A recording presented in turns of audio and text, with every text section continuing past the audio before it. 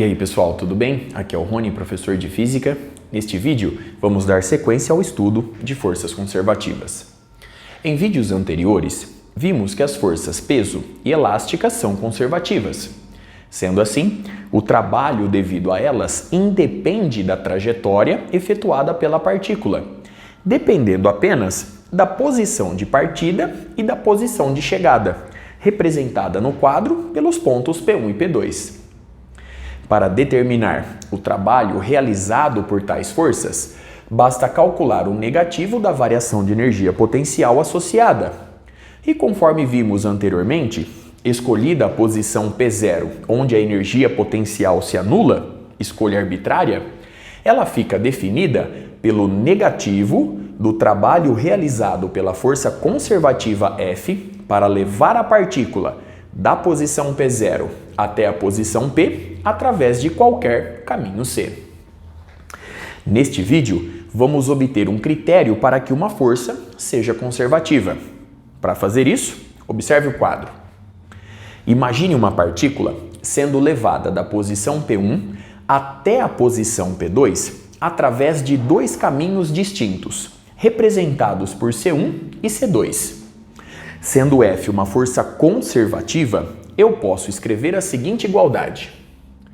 O trabalho da força F para levar a partícula da posição P1 até a posição P2 ao longo do caminho C1 é igual ao trabalho da força F para levar a partícula da posição P1 até a posição P2 ao longo do caminho C2. A partir dessa igualdade, eu posso escrever a seguinte expressão. Observe atentamente o quadro. Eu vou inverter os limites de integração. E com isso, aparece o sinal negativo na frente da integral. Note que esse sinal se justifica, pois eu inverti o caminho de integração C2. Neste caso, com essa inversão, em cada trecho infinitesimal do caminho de integração C2, o vetor dl é substituído por menos dl, justificando a igualdade obtida. Jogando agora este termo para o lado esquerdo somando, observe o quadro, nós vamos obter que essa soma é igual a zero. Observando agora que a partícula é levada da posição P1 até a posição P2 ao longo do caminho de integração C1 e posteriormente da posição P2 até a posição P1 ao longo do caminho de integração, observe agora, menos C2, eu posso escrever que o trabalho realizado pela força conservativa F ao longo do caminho fechado C, dado por C1 somado com menos C2, é igual a zero. Observe o resultado obtido e todo o cálculo, toda a análise realizada até aqui. A partir dessa expressão, vemos que é condição necessária e suficiente para que uma força F seja conservativa que o trabalho realizado por ela através de qualquer caminho fechado C seja igual a zero. Ou, de forma equivalente, se você preferir, que a circulação da força F através de qualquer caminho fechado C se anule. Reciprocamente, se a circulação da força F ao longo de qualquer caminho fechado C é igual a zero, eu posso afirmar com segurança que a força F é conservativa.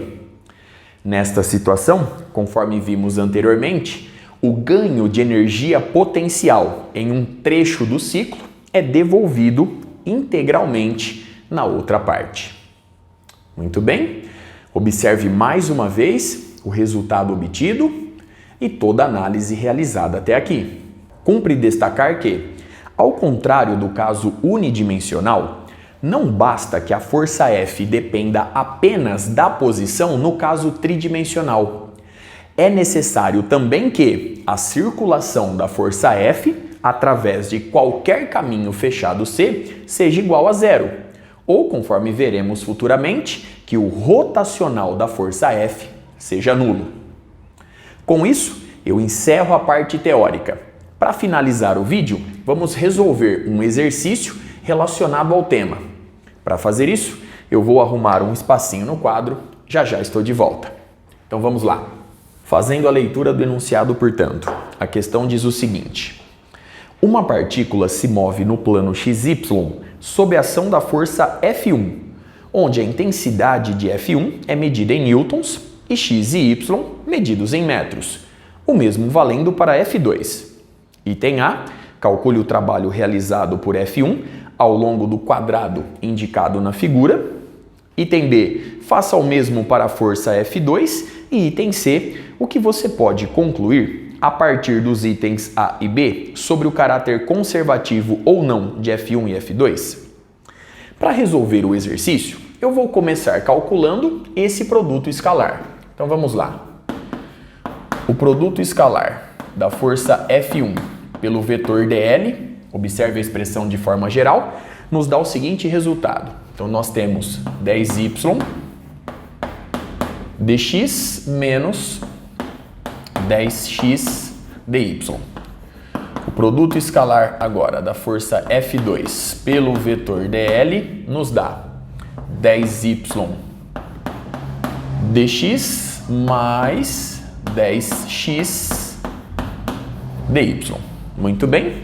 Vamos agora calcular o trabalho devido à força F1. Portanto, nós temos a integral de F escalar dl ao longo do caminho 1, observe o quadro, mais a integral de F escalar dl ao longo do caminho 2, mais a integral de F escalar dl ao longo do caminho 3, mais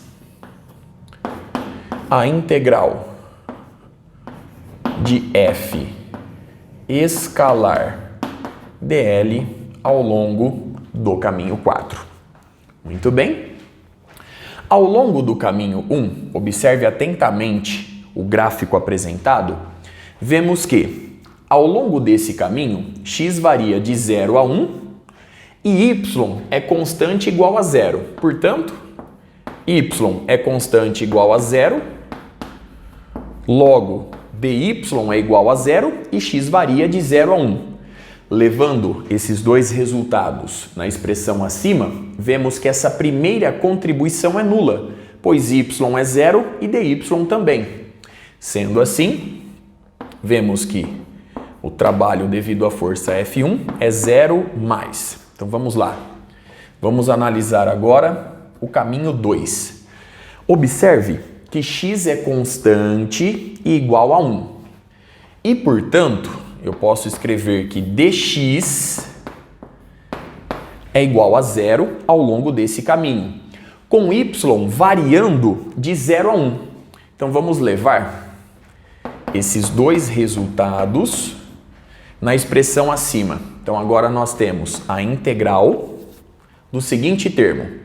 Se dx é 0, esse termo desaparece. Como x é igual a 1, nós vamos ficar com a integral de menos 10 em relação a y. E nesse caminho, y varia de 0 a 1. Muito bem?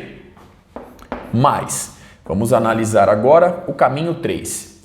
Observe que, nesse caminho, y é constante e igual a 1. Então, y é igual a 1 e constante. Portanto, dy é igual a 0. E x varia de 1 a 0. Consequentemente, nós vamos obter, se dy é 0, esse termo desaparece.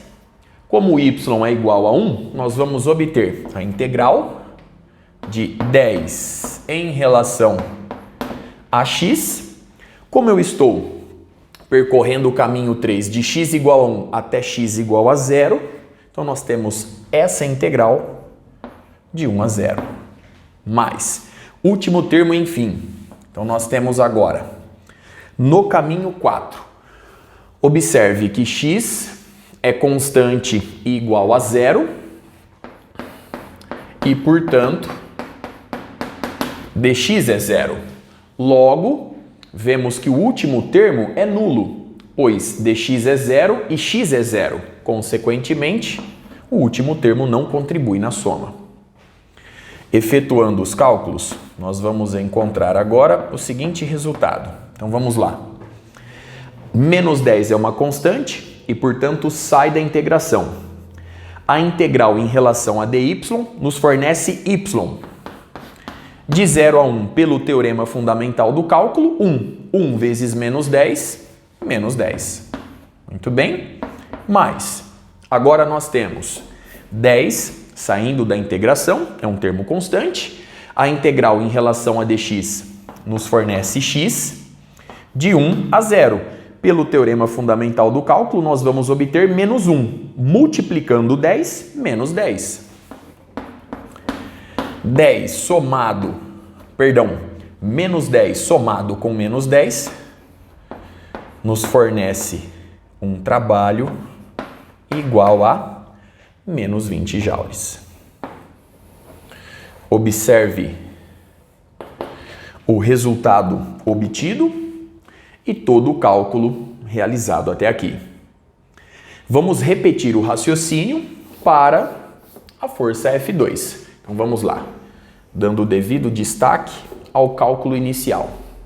Então, o trabalho devido à força F2 é a integral de F escalar dl ao longo do caminho 1 mais a integral de F escalar dl ao longo do caminho 2 mais a integral de F escalar dl ao longo do caminho 3 mais a integral, enfim, de F escalar dl ao longo do caminho 4.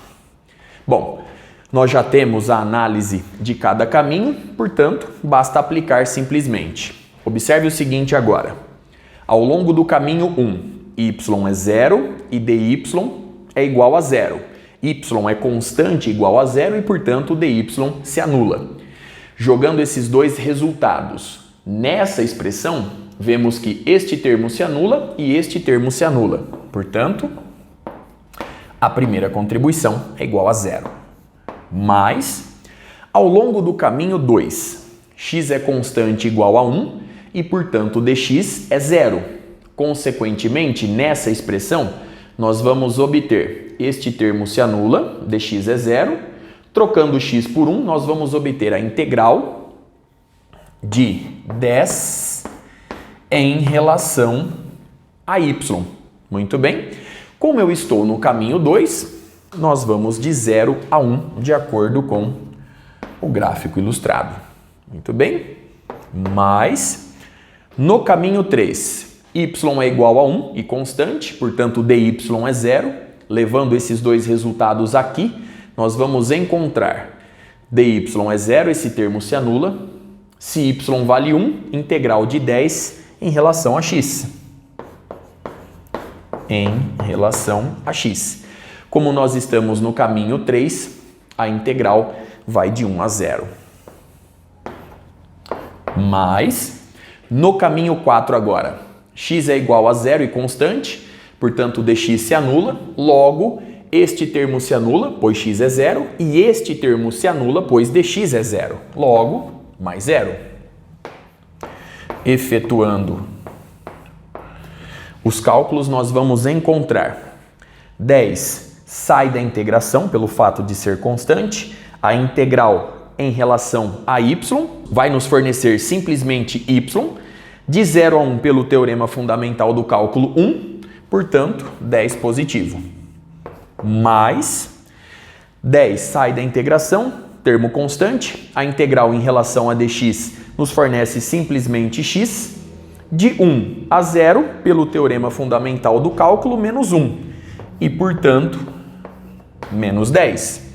Consequentemente, o trabalho devido à força F2 é igual a 0 ao longo do caminho fechado C, ilustrado no gráfico acima.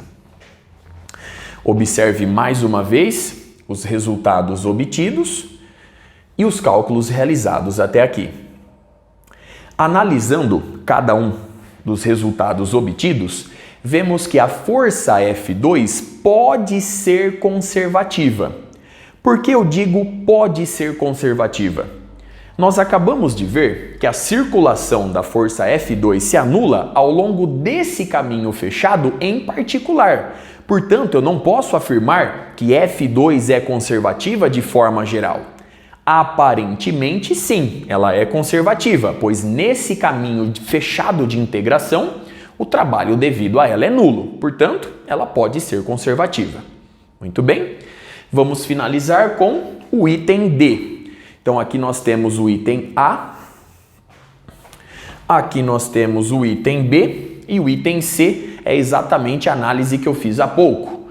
No item D, nós temos o seguinte: se uma das duas forças parece ser conservativa, procure obter a energia potencial U associada, tal que a força F é igual ao negativo do gradiente da energia potencial U. Essa expressão nós vamos estudar detalhadamente no próximo vídeo. Mesmo assim, eu vou resolvê-la aqui no quadro para que o exercício fique completo. Mais uma vez, eu vou arrumar um espacinho, já estou de volta. Dando sequência, como a força F parece ser conservativa, eu posso escrever, conforme veremos no vídeo seguinte, que F2 é igual ao negativo do gradiente da energia potencial U. Sendo assim, a força F2 é igual ao negativo da derivada parcial da energia potencial associada em relação a x na direção do versor I, menos a derivada parcial da energia potencial associada U em relação a y na direção do versor J. Vamos agora substituir nessa igualdade a força F2. Com isso, a gente obtém 10y I versor mais 10x J versor, e isso é igual a menos del U, del x I versor, menos del U, del y, J versor. Comparando termo a termo essa igualdade, vemos que a derivada parcial da energia potencial U em relação a x é igual a menos 10y. E a derivada parcial da energia potencial U em relação a y é igual a menos 10x. Muito bem? Consequentemente, a partir dessas duas igualdades, eu posso escrever tranquilamente que a energia potencial U em função da posição xy é dada por, então nós temos agora menos 10xy mais uma constante arbitrária que eu vou assumir ser igual a 0. Observe como o resultado escrito no quadro concorda com as expressões anteriores. Ao calcular a derivada parcial da energia potencial U em relação a x, você admite que y é uma constante, consequentemente, menos 10 é uma constante. A derivada parcial de x em relação a x é 1, resultando em menos 10y. Da mesma forma, ao calcular a derivada parcial da energia potencial U em relação a y, você assume que x é uma constante. Menos 10 já é por si só uma constante, e, portanto, a derivada de y em relação a y é igual a 1, resultando em menos 10x, como era de se esperar. Com isso, eu encerro o exercício. Até a próxima.